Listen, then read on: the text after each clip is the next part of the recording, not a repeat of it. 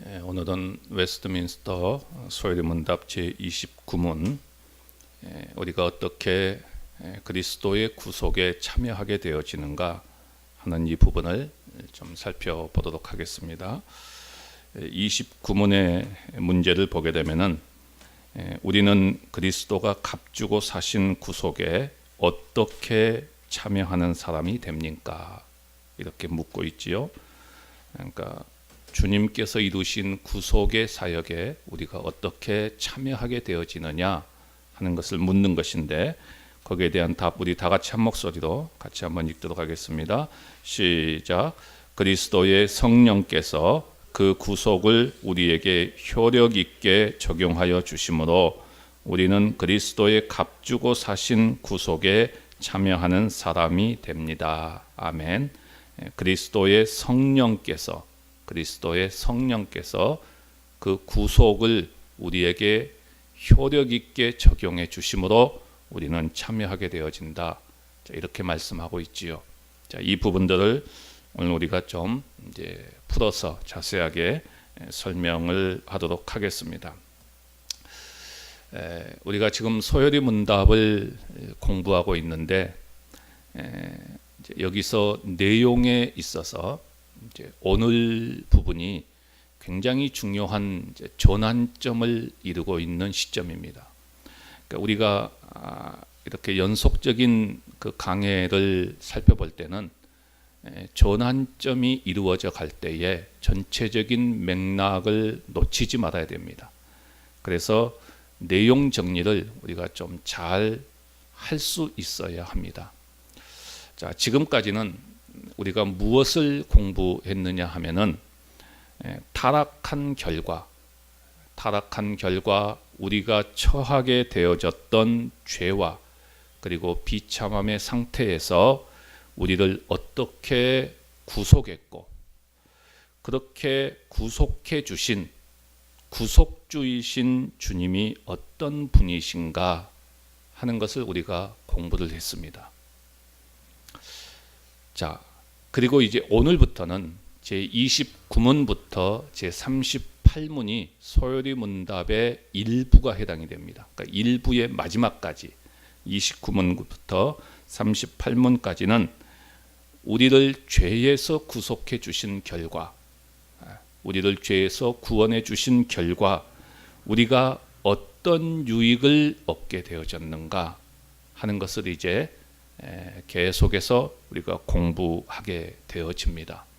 그러니까 이 내용을 여러분들이 잘 정리가 되어야만이 소요리 문답을 살펴볼 때에 내용이 쉽게 연결이 되어지고 그리고 이해할 수 있습니다.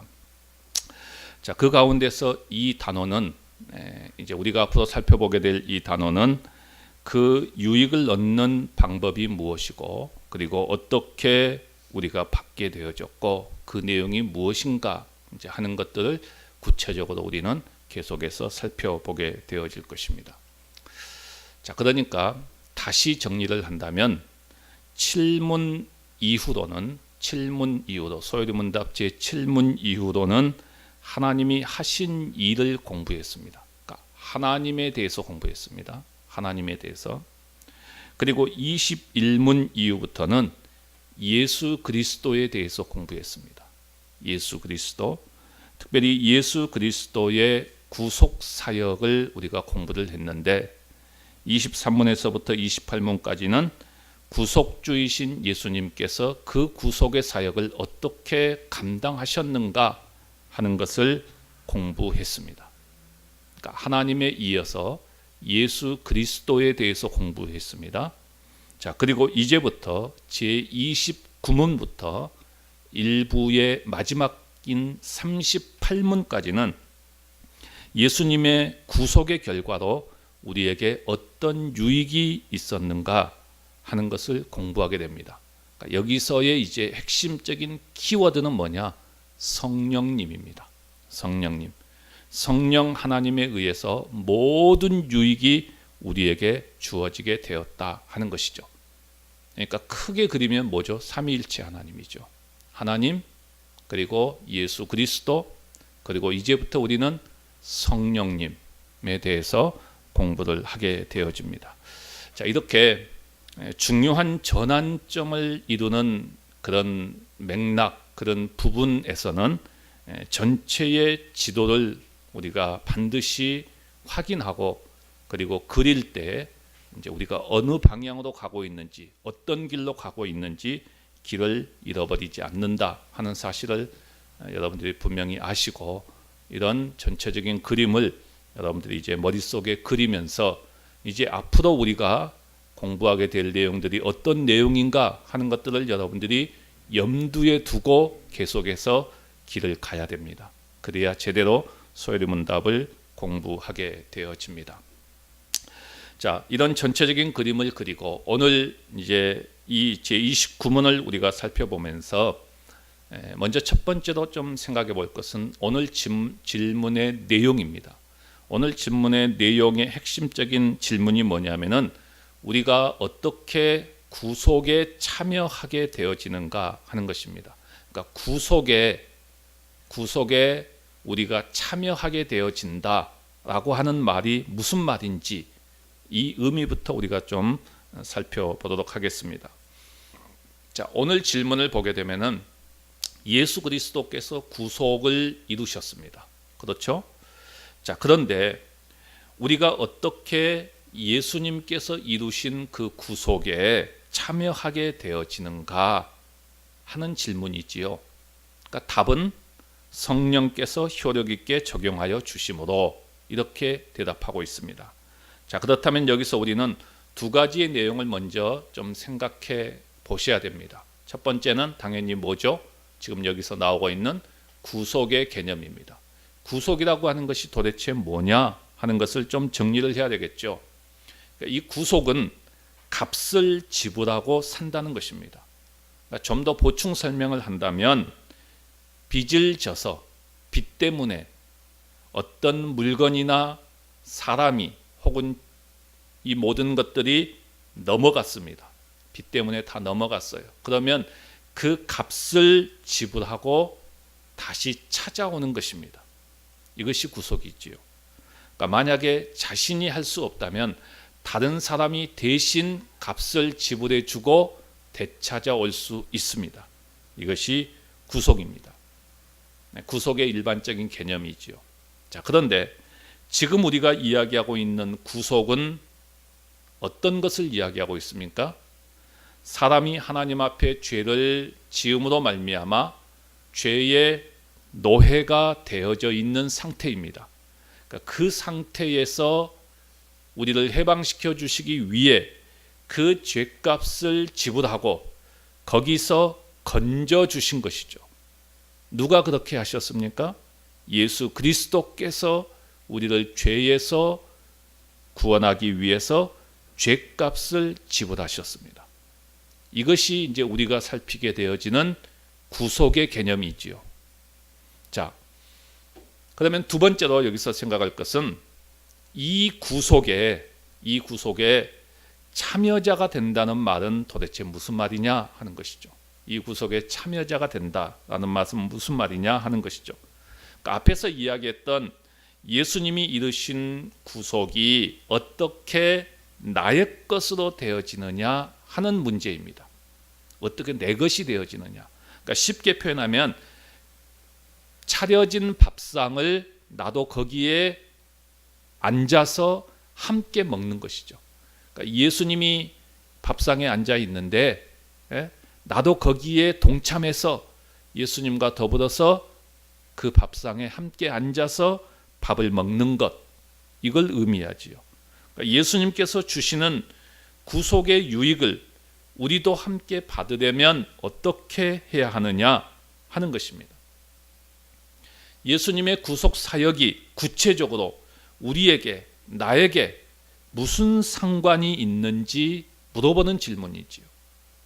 그러니까 2000년 전에 그리스도를 내가 본 적도 없습니다. 그런데 어떻게 그가 나를 구속하셨다는 말이냐 하는 것입니다. 구속은 예수 그리스도께서 이루셨습니다. 그러면 그 구속은 예수님의 것인데 어떻게 그것이 내 것이 되느냐 하는 것을 묻는 질문입니다. 예수님이 부활하셨다고 해서 그 부활이 나의 부활이라고 그렇게 말할 수 있는 용감한 믿음을 어떻게 가질 수 있느냐 하는 것을 묻는 질문입니다. 그 질문이에요. 자, 여기서 잠깐 한번 근본적인 질문부터 하십시다. 그렇다면 우리가 예수 그리스도의 구속에 참여하는 것이 좋으냐, 참여하지 않는 것이 좋으냐 하는 아주 수준 낮은 질문입니다. 우리가 예수 그리스도의 구속에 참여하는 것이 훨씬 좋지요. 근데 왜 이 질문을 던지느냐 하면은 예수님의 구속에 참여하는 것이 우리의 인생에 있어서 가장 중요한 것이라는 사실을 많은 사람들이 놓치고 있다는 것입니다. 예수 그리스도의 구속에 참여한다는 것이 뭐 그렇게 대단한 것이냐, 이 사실을 너무 가볍게 생각한다는 거예요. 이건 우리의 인생에 있어서 가장 큰 문제예요. 가장 중요한 문제입니다. 예수 그리스도의 구속에 참여하지 우리가 못한다면 그건 지옥 인생이죠. 그런 면에서 우리가 예수 그리스도의 구속에 참여한다라고 하는 것은 우리의 인생에 있어서 가장 큰 유익이고 엄청난 유익이다 하는 것을 깨달아야 된다는 것이죠.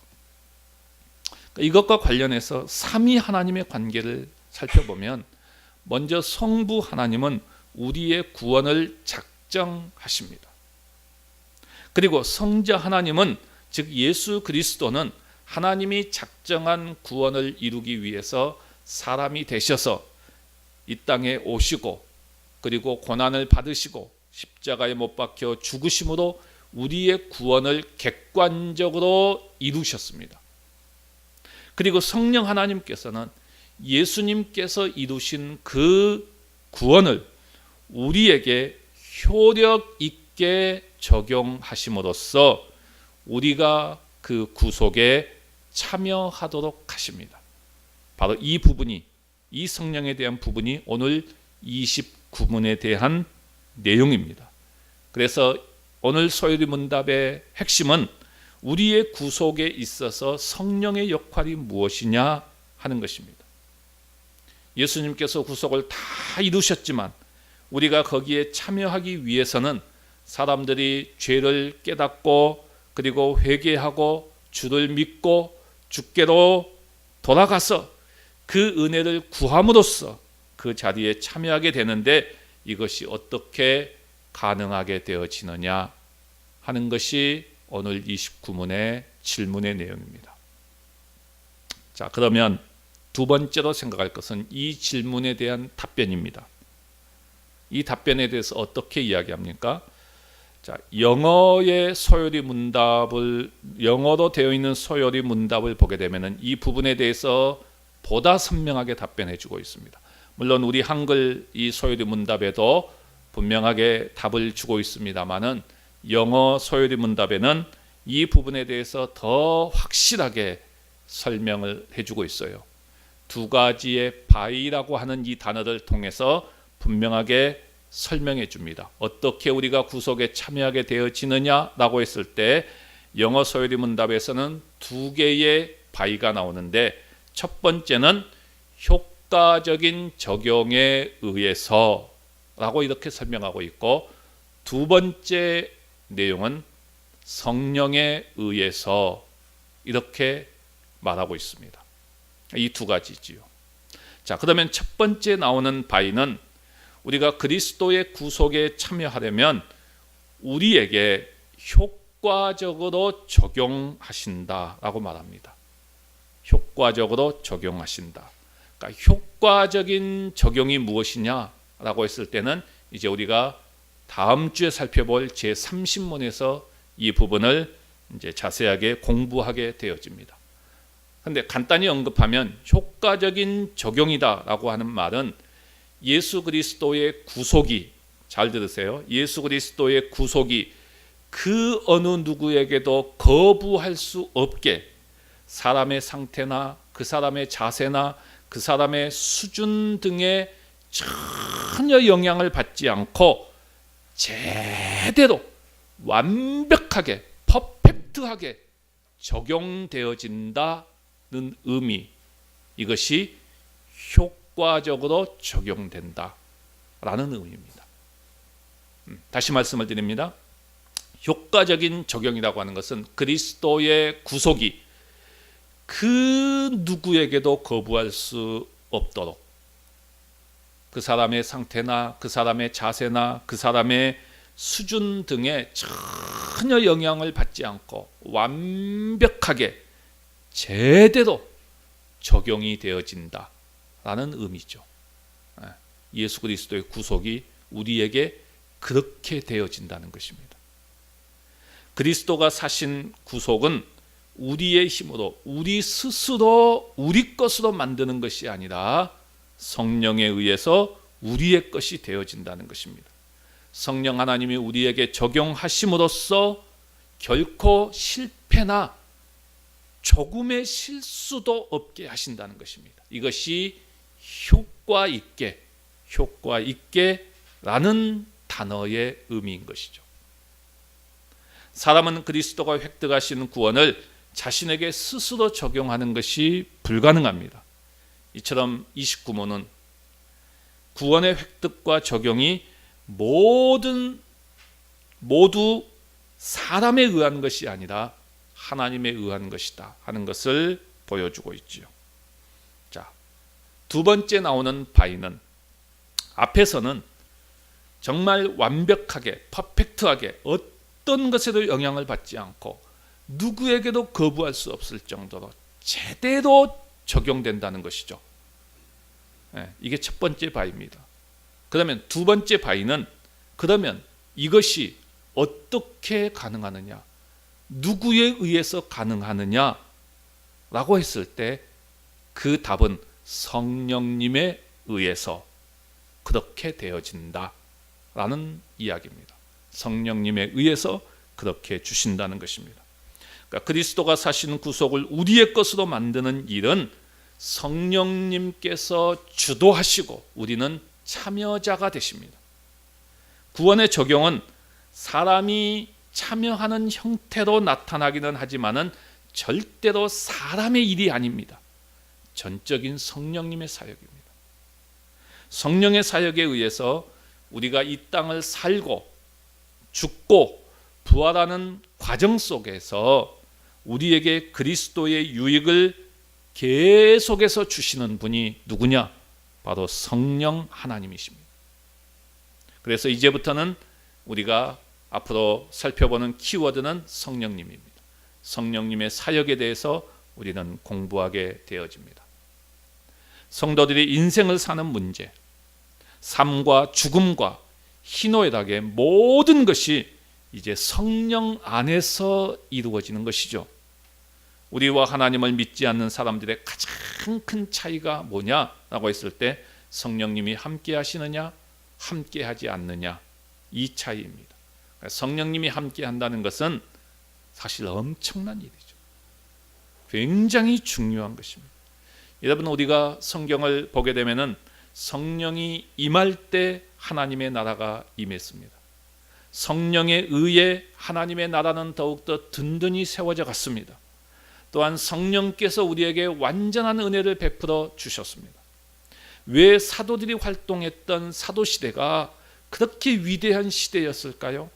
성령께서 비로소 일하기 시작했기 때문입니다. 그 전에 구약시대에는 일하지 않았다, 그런 말이 아니라 그리스도께서 이루신 구속의 은혜를 모든 사람에게 적용시키는 일은 성령께서 그때에야 비로소 행하신 것입니다. 그러니까 그 전에는 아직 그리스도께서 구속을 이루시지 않으셨기 때문에 그것을 가지고 적용하는 일은 하지 않으셨습니다. 다만 예표나 그림자로만 일하셨지요.